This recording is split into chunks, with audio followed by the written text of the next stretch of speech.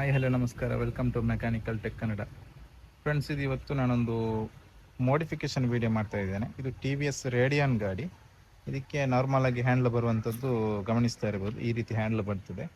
So ನಾನಿವತ್ತು ಇದಕ್ಕೆ short bar ಅಂದರೆ ಕೇರಳ ಸ್ಟೈಲ್ ಹ್ಯಾಂಡ್ಲ್ ಬಾರನ್ನು ಇನ್ಸ್ಟಾಲ್ ಮಾಡ್ತಾ ಇದ್ದೇನೆ.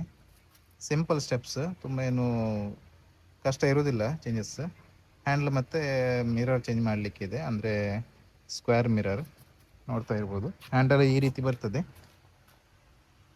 ಕೇರಳ ಸ್ಟೈಲ್ ಹ್ಯಾಂಡ್ಲ್ ಬಾರ್ ಒಂದು ತುಂಬಾ ಟ್ರೆಂಡಿಂಗ್ ಇದೆ ಮತ್ತು ಇದು ರೈಡಿಂಗ್ ತುಂಬ ಕಂಫರ್ಟ್ ಇರ್ತದೆ. ಸೊ ಇದನ್ನು ಹಾಕಿದರೆ ರೈಡಿಂಗ್ ತುಂಬ ಚೆನ್ನಾಗಿರ್ತದೆ. ಅಂದರೆ ಹಿಡಿಲಿಕ್ಕೆ ಒಂದು ಒಳ್ಳೆಯ ಗ್ರಿಪ್, ಇದು ಸ್ವಲ್ಪ ಹೈಟ್ ಆಗಿ ಬರ್ತದಲ್ಲ. ಸೊ ಆ ರೀಸನಿಂದ ಸೊ ಇದನ್ನು ಫಸ್ಟಿಗೆ ಇದರಲ್ಲಿ ಇರುವಂಥ ಹ್ಯಾಂಡ್ಲನ್ನು ರಿಮೂವ್ ಮಾಡ್ಕೊಳ್ಬೇಕು. ರಿಮೂವ್ ಮಾಡ್ಕೊಳ್ಬೇಕಿದ್ರೆ ಫಸ್ಟ್ ಇದಕ್ಕೆ ಸ್ಕ್ರೂ ಬರ್ತದೆ ಅಡಿಯಿಂದ, ಸೊ ಅದನ್ನು ರಿಮೂವ್ ಮಾಡಬೇಕು. ಸೊ ಆ ಸೈಡ್ ಕೂಡ ಹಾಗೇನೆ. ನಂತರ ಇಲ್ಲಿ ಹ್ಯಾಂಡ್ಲ್ ಮೌಂಟಿಂಗ್ ಬೋಲ್ಟ್ಗಳು ಬರ್ತದೆ 4, ಸೊ ಅದನ್ನು ರಿಮೂವ್ ಮಾಡ್ಕೊಳ್ಬೇಕಾಗ್ತದೆ.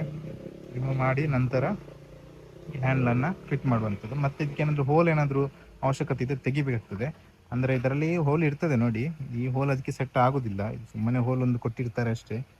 ಅದೇನು ಹ್ಯಾಂಡ್ಲ್ಗೆ ಅಂದರೆ ಈ ಸ್ವಿಚ್ ಅಸೆಂಬ್ಲಿಗೆ ಅದೇನು ಸೆಟ್ ಆಗಿ ಇರೋದಿಲ್ಲ. ನಾವು ಯಾವ ಗಾಡಿಗೆ ಇದು ಯೂನಿವರ್ಸಲ್ ಹ್ಯಾಂಡ್ಲ್ ಆದ ಕಾರಣ ಅವರಿಗೆ ಕೂಡ ಅದಕ್ಕೆ ಕರೆಕ್ಟಾಗಿ ಹೋಲ್ ಕೊಡಲಿಕ್ಕೆ ಆಗೋದಿಲ್ಲ.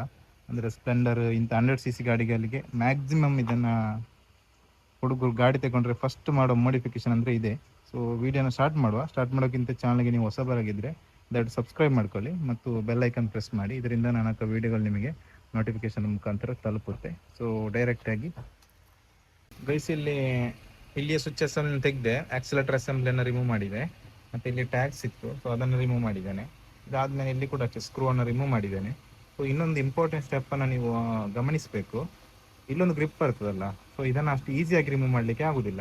ಆ ಸೈಡ್ನ ಗ್ರಿಪ್ ಆದರೆ ಈಸಿಯಲ್ಲಿ ರಿಮೂವ್ ಮಾಡಲಿಕ್ಕೆ ಆಗ್ತದೆ. ಅಲ್ಲಿಗೆ ಬರೋದು ನಮ್ಮ ಆಕ್ಸಿಲೇಟರ್ ಸಿಸ್ಟಮ್ ಬರುವಂಥದ್ದು. ಸೊ ಇದನ್ನು ಈಸಿಯಾಗಿ ರಿಮೂವ್ ಮಾಡಲಿಕ್ಕೆ ಆಗ್ತದೆ, ಬಟ್ ಈ ಸೈಡ್ ಇದನ್ನು ಮಾಡಲಿಕ್ಕೆ ಆಗೋದಿಲ್ಲ. ಅಂದರೆ ಇದು ಕಂಪನಿಯಿಂದ ಬರುವಾಗ ಒಂದು ಸ್ವಲ್ಪ ಗಮ್ ಹಾಕಿ ಇದನ್ನು ಫಿಟ್ ಮಾಡಿರ್ತಾರೆ, ಇದು ಈ ರೀತಿ ಸ್ಲೈಡ್ ಆಗಬಾರ್ದು ಅಂತ. ಸೊ ನೀವು ತುಂಬ ಅವಸರದಲ್ಲಿ ಹ್ಯಾಂಡ್ಲ್ ಫಿಟ್ ಮಾಡುವಾಗ ಇದನ್ನು ತೆಗೆದ್ರೆ ಆಯಿತು, ಇಷ್ಟೆಲ್ಲ ಮಾಡಿದ್ರೆ ಆಯಿತು ಅಂತೇಳಿ ಇದನ್ನೇ ಬಿಚ್ಚುತ್ತೀರಿ.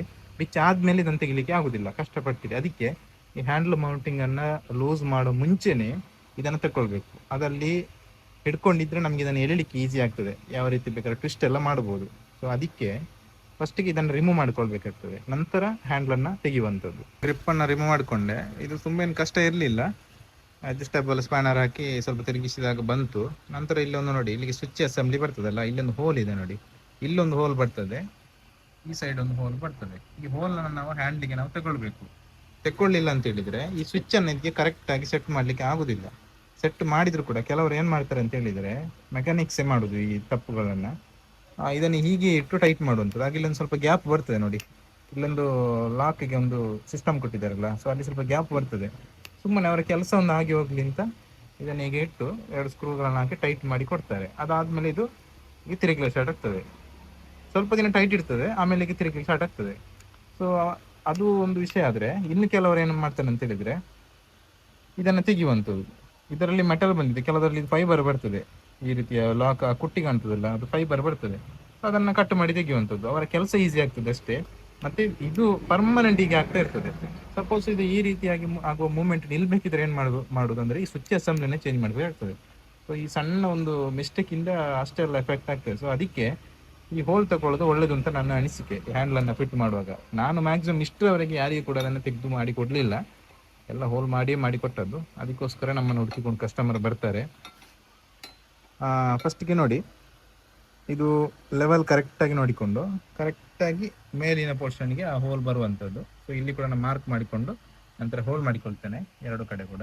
ಗೈಸ್, ಫುಲ್ ಫಿಟ್ಟಿಂಗ್ ಎಲ್ಲ ಕಂಪ್ಲೀಟ್ ಆಗಿದೆ. ಮಿರರ್ ಕೂಡ ಹಾಕಿದ್ದೇನೆ. ಇದು ಸ್ಪ್ಲೆಂಡರಲ್ಲಿ ಮಿರರ್ ಹಾಕಿದಾಗೆ ಅಲ್ಲ, ಇದಕ್ಕೊಂದು ಎಕ್ಸ್ಟೆಂಡ್ ಬರ್ತದಲ್ಲ, ಸೊ ಅದು ಹಾಕುವ ಅವಶ್ಯಕತೆ ಇಲ್ಲ. ಇದರಲ್ಲಿ ಡೈರೆಕ್ಟಾಗಿ ಸೆಟ್ ಆಗ್ತದೆ. ಸೊ ಅದರಿಂದ ನಮಗೆ ಬೆನಿಫಿಟ್ ಏನಪ್ಪ ಅಂತ ಹೇಳಿದರೆ ಇದರ 2ರ ಲೆವೆಲ್ ಕೂಡ ಕರೆಕ್ಟಾಗಿ ಕಾಣ್ತದೆ. ಸೊ ಫೈನಲಾಗಿ ಫಿನಿಶಿಂಗ್ ಎಲ್ಲ ಈ ರೀತಿ ಬಂದಿದೆ.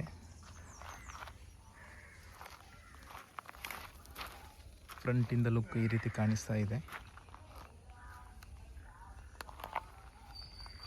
ಸೊ ವಿಡಿಯೋ ಹೇಗಾಯಿತು ಅಂತ ಕಮೆಂಟ್ ಬಾಕ್ಸಲ್ಲಿ ತಿಳಿಸಿ. ಹಾಗೆಯೇ ಬೇರೆ ಬೇರೆ ವಿಡಿಯೋಗಳಿಗಾಗಿ ಚಾನಲ್ ಸಬ್ಸ್ಕ್ರೈಬ್ ಮಾಡ್ಕೊಳ್ಳಿ. ವಿಡಿಯೋ ಇಷ್ಟ ಆದರೆ ಲೈಕ್ ಮಾಡಿ. ಸಿಗೋಣ ಮುಂದಿನ ವಿಡಿಯೋದಲ್ಲಿ.